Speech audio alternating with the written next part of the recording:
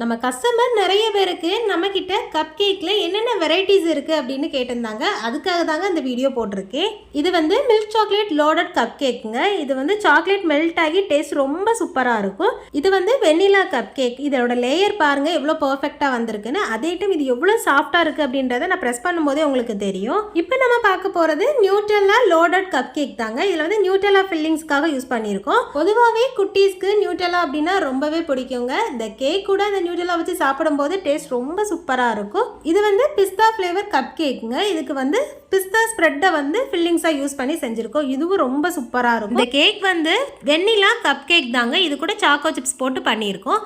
நம்மக்கிட்ட இருக்கிற cup cake எல்லாமே ஒவ்வொரு வெரைட்டிஸில் பண்ணியிருக்கோம். இது எல்லாமே ரொம்பவே சூப்பராக இருக்கும். எல்லாமே மஸ்ட் ட்ரைன்னே சொல்லலாங்க. டேஸ்ட் அந்தளவுக்கு இருக்கும்.